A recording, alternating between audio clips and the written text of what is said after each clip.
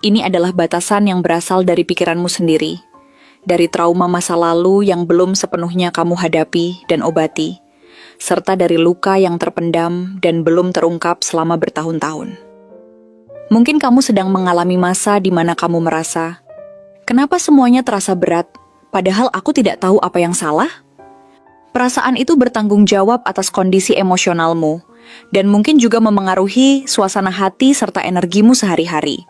Mungkin kamu bahkan merasa bahwa kamu tidak bebas untuk menjadi dirimu sendiri, terkurung dalam ekspektasi dan tekanan yang kamu ciptakan sendiri, dan kamu terus menahannya di dalam hingga beban itu semakin terasa menyesakan.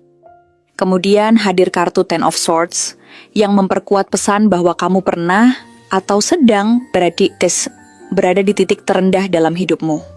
Kartu ini mewakili rasa sakit yang tidak hanya berasal dari satu peristiwa yang menyakitkan, tetapi merupakan akumulasi dari banyak hal yang terus kamu pendam dengan semangat juang yang kuat. Pengkhianatan, kegagalan, kehilangan, dan kekecewaan adalah semua bagian dari kehidupan yang pernah menyerangmu bertubi-tubi. Seperti hujan badai yang tak memberi waktu untukmu berteduh dengan tenang dalam menghadapi kesedihan. Tetapi tahu nggak? Ten of Swords juga merupakan simbol dari akhir. Ini adalah akhir dari penderitaan yang berkepanjangan dan tak berujung, karena kamu sudah melewati bagian terburuknya. Yang tersisa sekarang hanyalah luka-luka yang harus kamu rawat dan perhatikan seiring berjalannya waktu. Dan kamu harus ingat bahwa kamu tidak harus melakukannya sendiri, dan ada dukungan yang bisa kamu terima jika kamu mau membuka diri. Satu hal yang penting, kemunculan Three of Cups adalah sinyal bahwa berbagi kebahagiaan dan mendapatkan dukungan sangat penting, terutama saat kamu merasa dunia tidak peduli pada dirimu. Ada orang-orang di sekitarmu yang sebenarnya memperhatikan dan mengkhawatirkanmu. Mungkin mereka tidak menampakkan diri secara terang-terangan, tetapi energi koneksi mereka tetap terhubung denganmu dengan cara yang halus dan nyata. Ini bisa jadi teman lama, anggota keluarga, atau bahkan seseorang dari masa lalu yang diam-diam masih mengingatmu dan merindukan kehadiranmu dalam hidupnya. Mereka ini adalah bentuk dukungan dari semesta yang datang lewat wujud manusia yang memiliki kasih sayang. Jangan ragu untuk membuka dirimu ketika memiliki kesempatan ini, karena cinta tidak harus selalu terwujud dalam bentuk yang romantis. Kadang cinta datang dalam bentuk sahabat yang menunggu kamu curhat untuk membagikan bebanmu agar terasa lebih ringan.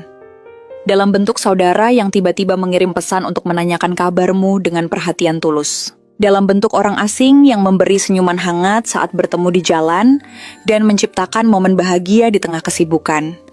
Itu semua bukan kebetulan, melainkan panggilan untuk saling mendukung dan menyokong. Akan tetapi, aku tahu, hidup kamu sekarang tidak hanya soal healing dan dukungan dari orang-orang terdekat. Kamu juga sedang juggling banyak hal yang menuntut fokus dan energi, mendorongmu untuk menemukan keseimbangan dalam menjalani hidup yang terus berjalan. Two of Pentacles menunjukkan bahwa kamu sedang berusaha menyeimbangkan dua dunia yang terkadang terasa sangat berseberangan. Mungkin antara pekerjaan dan hubungan, mungkin antara kehidupan pribadi dan tanggung jawab keluarga yang sangat bertumpuk. Kadang kamu merasa seperti jongler yang harus terus bermain agar semuanya tetap di udara. Berusaha memastikan tidak ada yang jatuh dari genggamanmu dan membebankan dirimu lebih jauh. Namun, di tengah semua usaha itu, kamu juga tahu, kamu tidak bisa terus begini selamanya. Ada titik di mana kamu harus memilih mana yang benar-benar penting dan mana yang hanya akan membuatmu semakin lelah tanpa alasan yang jelas. Seringkali keputusan yang diambil dalam menghadapi situasi ini sulit, karena semua tanggung jawab terasa mendesak dan semuanya tampak penting bagimu di saat yang sama. Ini adalah batasan yang berasal dari pikiran